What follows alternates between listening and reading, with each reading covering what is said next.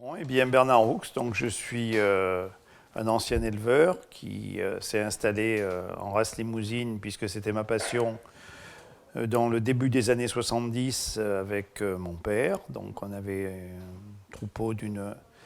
quarantaine de vaches et qui, dès cette époque-là, a été inscrit au livre B du Airbook de la race limousine, puisque à l'époque, c'était un moment d'ouverture du livre généalogique pour justement recruter de nouveaux éleveurs. C'était une époque de propagation de la race limousine sur le territoire national et même international. Donc il y a eu beaucoup de nouveaux éleveurs qui sont arrivés dans ce début des années 70 au livre généalogique. Donc après, j'ai exploité pendant ma carrière et pris des responsabilités au niveau de la race limousine depuis assez jeune, puisque j'ai été élu président de Airbook, des éleveurs adhérents du Airbook de la Corrèze dans le milieu des années 70. Après, donc, j'ai participé au bureau du Airbook depuis longtemps, et sous la présidence de Louis de Neuville, et où j'ai succédé en 1992 comme président national du Airbook de la race limousine, et où je suis resté pendant 18 ans jusqu'à la fin des années 2010, où Jean-Marc Alibert m'a succédé, et j'ai pris aussi la présidence donc, de France Limousin Sélection, qui à l'époque était l'UPRA Limousine, en 1996. Donc ce qu'on appelle couramment le Parlement de la race, là où sont décidées toutes les grandes orientations de la race limousine. Et j'ai, au milieu des années 2010, 2017 exactement, pris ma retraite et transmis l'exploitation à 3 associés qui étaient déjà en GAEC avec moi et qui continuent l'élevage donc à Salon-la-Tour en Corrèze et sur la commune de Masseret. Donc vous parlez de la race limousine qui est la race emblématique de cette région Limousin, puisqu'elle était la race qui avait été façonnée par la main de l'homme sur ce territoire depuis longtemps et qui servait d'animal de trait, puisque jusque dans le milieu du XXe siècle, la première fonctionnalité de la race limousine, c'était de produire des animaux de trait pour travailler les petites exploitations de polyculture qu'il y avait dans le Limousin. Et donc, dans le milieu des années du XXe siècle, a eu lieu la mécanisation, donc l'arrivée des tracteurs, qui a obligé la race limousine à prendre de nouvelles directions. Et donc, à cette époque-là, il a fallu des hommes pour décider de quoi faire de cette race limousine qui n'avait plus vraiment d'utilité pour produire des bœufs, mais donc qui a pris un virage pour être vraiment une race spécialisée viande,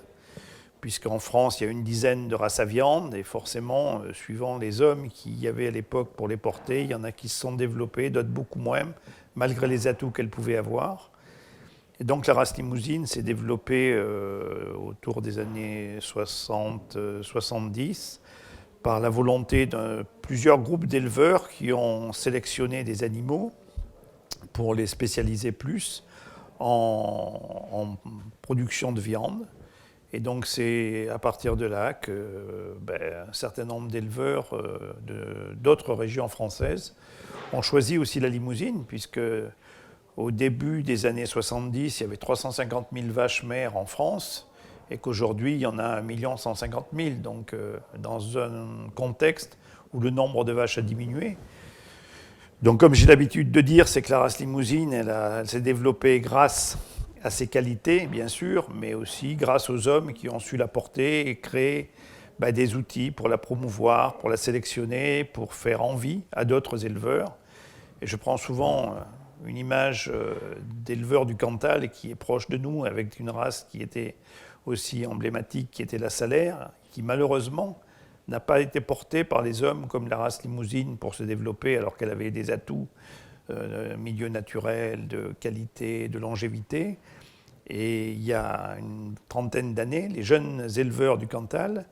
venaient à la limousine pour faire justement une rupture avec l'ancienneté que représentait la Salaire, et pour sa modernité et pour aussi tout ce qu'on a su créer comme dynamique et promotion autour de la limousine. Donc le pôle de l'Anneau, bien sûr, c'est l'élément central de ces dernières décennies qui a servi à promouvoir et à agréger toutes les forces qui ont permis de sélectionner et de promouvoir cette race. Donc le Paul de l'Anneau a été acheté par le Herbouk Limousin, ou les éleveurs à l'époque qui étaient au Herbouk Limousin, dans le début des années 80. Donc j'étais déjà là, en jeune membre du bureau du Herbouk, où on est venu sur cette exploitation qui appartenait à la famille de Coster, qui est bien connue sur Limoges, puisque c'était une des familles qui était à l'origine de l'entreprise Legrand, et qui avait acheté cette exploitation-là pour en faire un placement financier à l'époque, et qui l'avait gardé 10 ans et qui le remettait sur le marché. Et donc on avait décidé d'acheter cette exploitation, qui était une des fermes en fait du château du Reynou, qui était à l'origine la propriété de la famille Aviland, qui avait un certain nombre de propriétés qui faisaient travailler en métayage, puisque c'était tout à fait le mode d'exploitation qui se pratiquait en Haute-Vienne à cette époque-là. Et donc cette ferme a été rachetée donc, par les instances limousines début des années 80 pour, en premier lieu, y créer la station nationale de qualification, donc, qui était une volonté de regrouper sur un même site tous les jeunes taureaux les plus prometteurs d'une génération pour les comparer et servir de ressources pour les éleveurs de toute la France et aussi la filière insémination artificielle pour améliorer les générations futures. Et quand je dis améliorer, ce n'est pas forcément faire plus de kilos, faire toujours plus gros et plus lourd, c'est faire mieux dans un souci que les éleveurs puissent avoir un revenu meilleur. Même si aujourd'hui c'est compliqué, mais bon, ça a toujours été le souhait de la race limousine que d'améliorer la qualité des animaux pour essayer d'améliorer le revenu des éleveurs qui l'utilisaient. Et je crois que ce qui nous a aussi guidés tout au long de ces années-là, c'était aussi le choix qu'on avait fait dans notre programme de sélection de détecter les meilleurs animaux et ces animaux-là de les diffuser à l'ensemble des éleveurs. Et ça, c'est vraiment une philosophie et une politique qui est à souligner, puisque d'autres pays ne font pas ces choix-là. Quand ils détectent un animal de haut niveau, au lieu de le diffuser largement pour améliorer toute la population et en faire bénéficier tous les éleveurs, ils le conservent en petits comités pour essayer d'en vendre des doses ou des animaux de manière en nombre limité, justement pour essayer d'en tirer une valeur plus importante. Et je crois que cette volonté qu'ont eu les éleveurs de la race limousine depuis maintenant plus de 50 ans de toujours diffuser largement à tous les éleveurs les animaux qui sortaient en premier de la classe, si on peut dire, dans tous les programmes de sélection qui étaient faits, est à souligner, et c'est ce qui continue à se faire encore aujourd'hui. Et je prends justement comme exemple souvent un éleveur du Nord-Aveyron qui était éleveur d'Aubrac avant et qui est venu à la Limousine dans les années 70-80 et qui en fait, grâce à ce programme ouvert de la race limousine, a eu la chance, parce qu'il faut un peu de chance aussi, d'avoir un taureau qui a bien marqué dans son élevage, qui a été diffusé par insémination artificielle à l'ensemble des éleveurs et qui lui a permis de faire une renommée de son élevage. Et aujourd'hui, cet élevage-là, c'est celui qui a mis le plus de jeunes taureaux à la station nationale de qualification de l'anneau, puisqu'il a dû en mettre, je ne sais pas, mais entre 4 et 500 sur les 40 dernières années. Donc ça permet de mettre en avant n'importe quel éleveur là où il se trouve sur le territoire national sans qu'il fasse partie d'un club, d'une caste, d'un groupe. Donc je crois que c'est aussi ce qui a prévalu dans les instances de la race limousine, de porter cette politique et cette philosophie. Après, que dire de la race limousine, qu'elle est aujourd'hui un peu à une croisée des chemins, puisqu'on voit bien qu'aujourd'hui on est dans une position assez compliquée, avec l'élevage qui est souvent décrié comme pollueur, comme maltraitance des animaux, et ça rend très malheureux la majorité des éleveurs, puisque l'éleveur, c'est avant tout le premier maillon de la défense du bien-être animal, puisque c'est son outil de travail. Donc je ne vois pas comment on peut travailler avec un outil qu'on maltraite. Donc je crois qu'aujourd'hui, il faut remettre des valeurs dans l'opinion publique qui sont malheureusement trop souvent battues en brèche, et expliquer que en France, les animaux, et notamment dans les races plus difficiles comme le Limousin, ou toutes les races, toutes les régions où les races à viande sont élevées, elles le sont de manière assez extensive, et ce n'est pas des usines à produire de la viande comme on peut malheureusement en voir à travers le monde. Et aujourd'hui, c'est vrai qu'on a essayé, au travers le pôle de l'anneau, le dernier outil qu'on a créé, qui est le Limousine Park, d'en faire un outil de promotion et de vulgarisation pour expliquer justement à ces générations nouvelles et ces citadins de plus en plus nombreux comment on travaillait au quotidien dans nos élevages, puisque c'était ça la volonté qui nous animait dès le départ, c'était d'expliquer ce qu'on fait au quotidien dans nos élevages et de faire partager aujourd'hui aux visiteurs de manière suffisamment ludique, parce qu'on n'est pas là pour faire un cours magistral, mais pour expliquer comment tous les jours on travaille dans nos élevages, comment on conduit nos animaux, comment on fait véler les vaches tous les ans pour que les petits veaux soient effectivement le mieux possible pour, c'est vrai, après finir en steak et à l'abattoir. Mais c'est notre mission, et je crois que il y a peut-être demain des gens qui refuseront de manger de la viande, mais il y a plein de pays qui aujourd'hui aspirent à en manger plus parce qu'ils connaissent des heures beaucoup plus difficiles. Et comme je dis souvent, on est peut-être dans un pays développé où on se pose des questions de pays soi-disant développés, mais qui va forcément, à mon avis, redescendre vu les contextes économiques et les problématiques qu'engendrent tous les problèmes planétaires,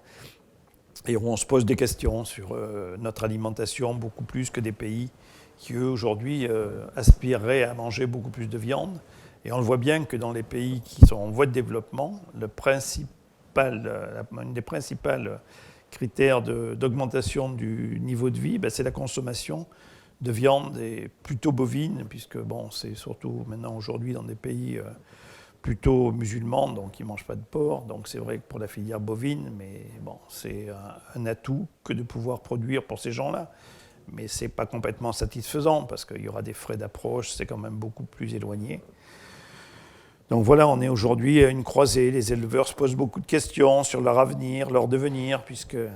c'est vrai que le revenu ne suit pas pour les éleveurs, et qu'aujourd'hui, les choix politiques qui ont été faits il y a une trentaine ou une quarantaine d'années de politique agricole commune fait que toute l'agriculture française, sans parler de l'élevage en particulier, est sous perfusion des aides européennes. Et si demain on tire l'échelle, tout le monde tombe. Il n'y a pas de... Et aujourd'hui, les aides que reçoivent les éleveurs, les agriculteurs, sont bien plus importantes que le revenu qu'ils tirent de leur activité, et ce qui est quelque part un peu difficile à intégrer, mais c'est comme ça malheureusement, c'est des choix politiques qui ont été faits. Bon, après, je ne sais pas qu'est-ce qu'on pourrait dire que la race limousine a su aussi convaincre beaucoup de pays, puisque aujourd'hui, j'ai gardé la fonction de président du Conseil international de race limousine, et qu'aujourd'hui, on essaye. Depuis 2020, on aurait dû faire un congrès mondial en France et on n'a pas pu le faire à cause de la pandémie. Donc on essaye tous les 2 ans de faire un congrès mondial dans un pays autour du globe qui élève de la limousine. Donc le dernier qu'on a fait, c'était en 2018 aux États-Unis, donc il devait y avoir 2020 en France et 2022 en Australie. Donc mes collègues ont souhaité que je prenne cette présidence en 2016 en Irlande. C'est un peu l'aboutissement d'une carrière que j'ai consacrée beaucoup à la race limousine, et donc qui fait que les éleveurs de différents pays qui ont choisi notre race se retrouvent pour échanger, pour comparer leurs pratiques, parce que c'est vrai que suivant les pays où elle est élevée, c'est dans des conditions bien différentes. Et quand on se trouve dans des pays très froids comme le Canada ou comme la Russie, elle n'est pas élevée tout à fait de la même manière que dans notre pays. Et bien que encore, Les vaches qui sont en plein air sur le plateau de Millevaches en Haute-Corrèze, elles connaissent aussi des hivers rigoureux et elles savent s'adapter à leur environnement. Donc voilà, la limousine a conquis aujourd'hui, on dit 80 pays, mais enfin c'est à des niveaux très différents. Il y a des pays vraiment où la limousine est élevée, c'est plutôt les pays autour de nous en Europe, notamment la Grande-Bretagne. La Grande-Bretagne, la race limousine est la première race en croisement sur toutes les races du Royaume-Uni. Donc ça prouve bien qu'elle a des qualités qui les intéressent, mais ils sont plus dans une production de viande jeune. Et c'est un peu toute la différence dans tous les pays du monde et la France. C'est que la majorité des pays du monde ont une production et une consommation de jeunes bovins, en fait, d'animaux jeunes, mâles ou femelles. Et la différence avec la France, c'est que nous, la viande qui est la plus prisée, hormis le veau sous la mer, qui est pour moi une catégorie un peu à part, c'est la viande de bœuf. Et aujourd'hui, la viande de bœuf en France, elle est plutôt produite par de la vache, parce que les bœufs, il n'y en a plus beaucoup. Et c'est quand même une production qui est très longue pour être rentable. Et aujourd'hui, la vache de boucherie que l'on fait avec nos vaches limousines, c'est ce qui est le plus prisé par les consommateurs. Une côte de bœuf d'une vache de 7 ou 8 ans, c'est vraiment le top pour le consommateur français. Et donc aujourd'hui, c'est vrai que la différence qu'il y a avec la majorité des pays dans le monde, c'est cette consommation de viande. Bon, donc je disais qu'on avait construit le pôle de l'Anneau dans le début des années 80, en premier lieu pour y faire la station nationale de qualification, mais dans notre idée, c'était aussi d'y regrouper toutes les structures qui œuvraient à la sélection et à la promotion de la race limousine. Et donc, c'est après, dans la fin des années 80, début des années 90, qu'on a créé les bâtiments administratifs, donc avec le célèbre architecte Jean Nouvel, qui l'était moins à l'époque, mais qui l'est aujourd'hui reconnu mondialement, et donc qui nous a créé ce bâtiment qui permettait de regrouper tous les techniciens ingénieurs qui se trouvaient à Limoges, puisque le Airbook était rue Soufflot, l'UPRA, elle était rue Martial Pradé, et Luc Parle, qui était en fait l'ancêtre d'Interlim, se trouvait rue de la Terrasse avec des bureaux qui donnaient sur la place de la République. Donc on a ramené tout ce petit monde à l'Anneau. Ça n'a pas été sans poser de problème à l'époque, parce qu'il y avait des secrétaires qui étaient centre-ville et qui n'avaient pas forcément le permis de conduire et qui s'inquiétaient du fait de venir à l'Anneau, où c'était un peu plus compliqué d'accès sans voiture. Bon, enfin, ça s'est bien passé et aujourd'hui, je crois que personne ne regrette d'être ici. Et on a eu la chance après d'y agréger d'autres structures, puisque les éleveurs ont créé après Ingenomics, qui est la partie qui fait de la génomique et qui permet donc de trier nos animaux avec des marqueurs génomiques. Et après, les dernières arrivées, c'est Limousin Promotion qui s'occupe du label. Et je trouve que c'est en fait la filière complète qui se trouve aujourd'hui au pôle de l'Anneau. Et j'en suis assez content, puisque ça permet d'avoir un lieu bien identifié de la race limousine, et que je pense aujourd'hui beaucoup d'autres races françaises nous envient et essayent de copier. Mais je crois que ça se fait au fil du temps, que ça ne se décrète pas de faire travailler tous les gens sur un même site. Aujourd'hui, donc, sur le pôle de l'Anneau, il y a une 60aine de techniciens, d'ingénieurs et de personnel pour travailler dans toutes ces missions et faire que la limousine, aujourd'hui, a une ingénierie qui lui permet de continuer à avancer. Non, moi, ce que je peux dire sur mon élevage, c'est qu'en fait, j'ai fait le choix depuis très longtemps de conduire les vaches en plein air. Et donc ça avait été les précurseurs, ça avait été des éleveurs de l'Elpa dans les années 60, de mettre les vaches toute l'année en plein air, et aux grandes dames de certaines associations de défense du bien-être animal, où ils avaient été ennuyés d'ailleurs, parce que les vaches dans la neige, parce qu'il y avait plus de neige dans les années 60 qu'aujourd'hui. Et de voir des vaches dans la neige, c'est vrai que c'était pas habituel. Et donc moi j'avais fait ce choix-là aussi de conduire les vaches limousines en plein air. Et donc chose qu'on a fait dans les années 70 et qu'on continue à faire aujourd'hui. Donc les vaches sont toute l'année dehors, elles sont nourries bien sûr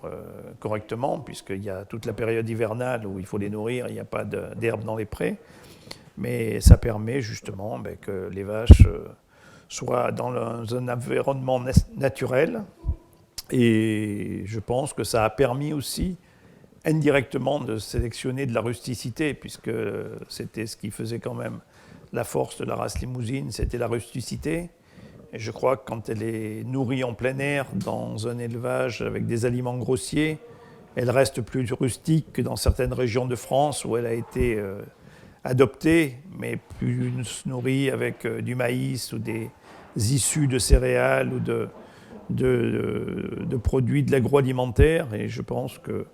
ça crée des rameaux, justement, de la limousine qui sont un peu différents.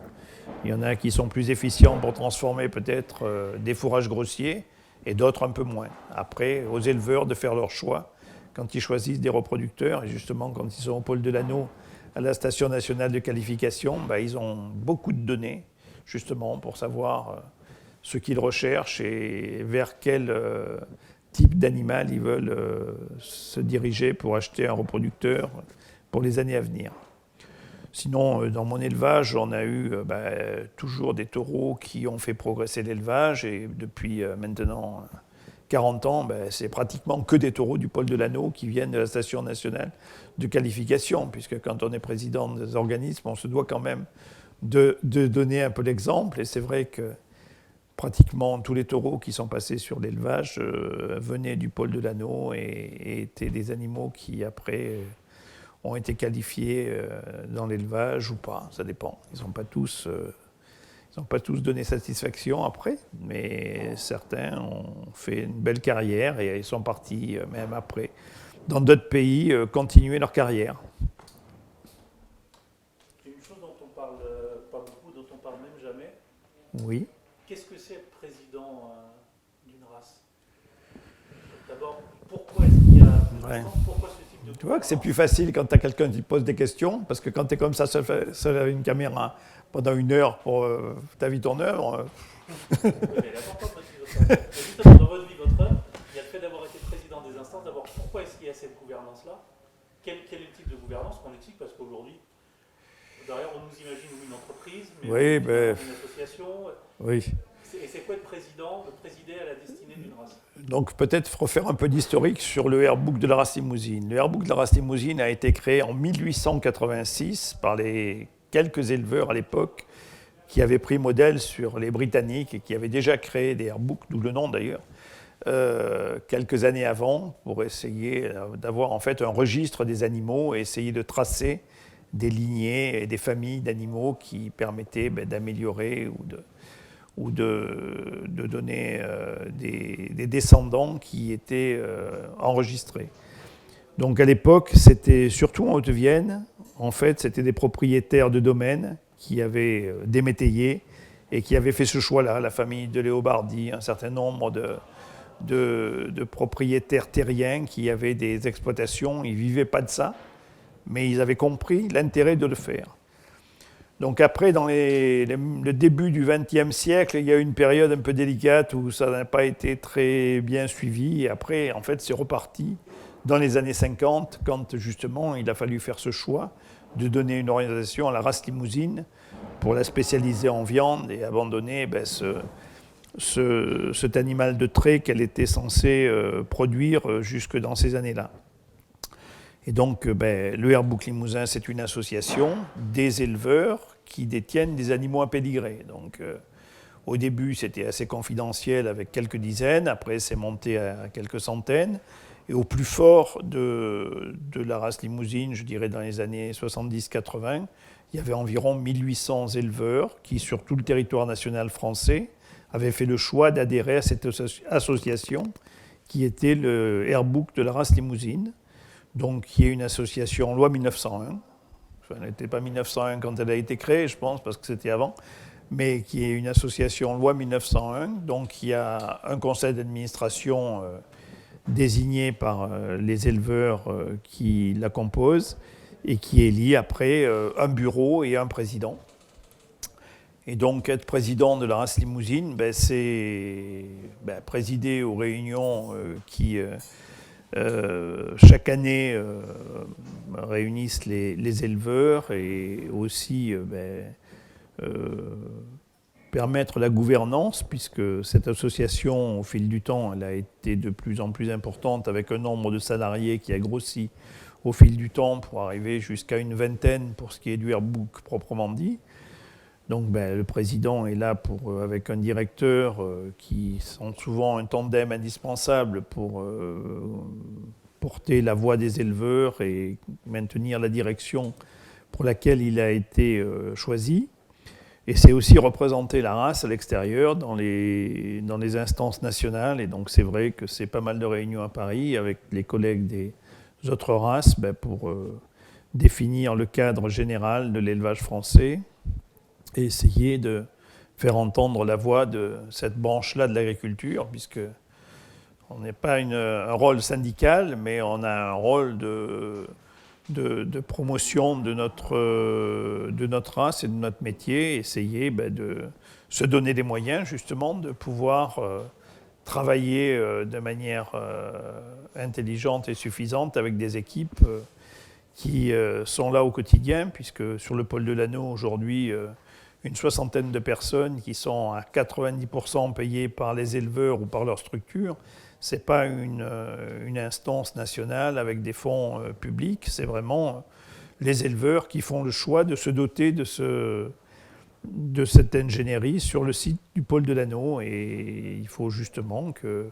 les présidents et les salariés continuent à apporter un plus aux éleveurs pour qu'ils continuent à faire fonctionner la machine.